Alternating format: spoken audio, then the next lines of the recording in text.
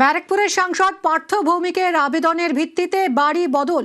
পার্থর বাংলোর জায়গায় ফ্ল্যাট।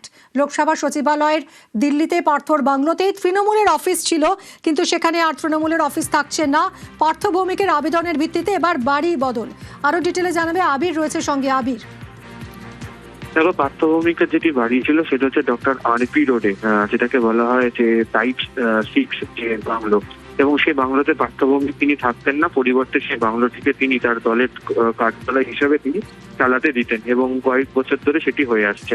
আজকে প্রথম নিউজ 18 বাংলাতে এই খবর সম্প্রচারিত এবং উল্লেখ করা হয় যে ওই দলীয় কার্যালয় যেটি রয়েছে সেই বাংলো পার্থ ভৌমিকের তরফ থেকে ছেড়ে দেওয়া হতে পারে, পরিবর্তে তিনি অন্য কোথাও যেতে পারেন।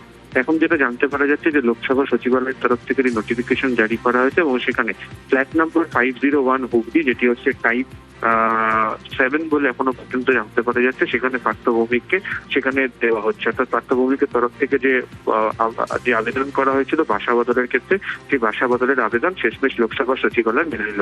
এর ফলে যেটা হতে চলেছে, আমরা সকাল থেকে বলছিলাম যে দিল্লিতে তৃণমূল কংগ্রেসের যে দলীয় কার্যালয় রয়েছে সেই দলীয় কার্যালয় বদল হতে চলেছে। ফলে পার্থ ভৌমিকের কাছ থেকে লোকসভা সচিবালয় তার যে পুরনো যে বাংলোটি ছিল, যেটাতে তার নামে এতদিন পর্যন্ত অ্যালটেড ছিল, সেটি নিয়ে নেওয়ার ফলে তৃণমূল কংগ্রেসের দলীয় কার্যালয়কে এখান থেকে সরে যেতে হবে। সূত্রের খবর, চিঠিতে উল্লেখ করা হয়েছে আগামী 8 দিনের মধ্যে সিদ্ধান্ত নিতে হবে, এবং এই সিদ্ধান্ত যদি গৃহীত না হয় তার জন্য কি কি নিয়ম লোকসভা সচিবালয়ের তরফ থেকে বা সিপিডব্লিউডির তরফ থেকে রয়েছে, তাও সাংসদ পার্থ ভৌমিককে চিঠি দিয়ে লোকসভা সচিবালয়ের তরফ থেকে জানিয়ে দেওয়া হয়েছে। ধন্যবাদ আবির।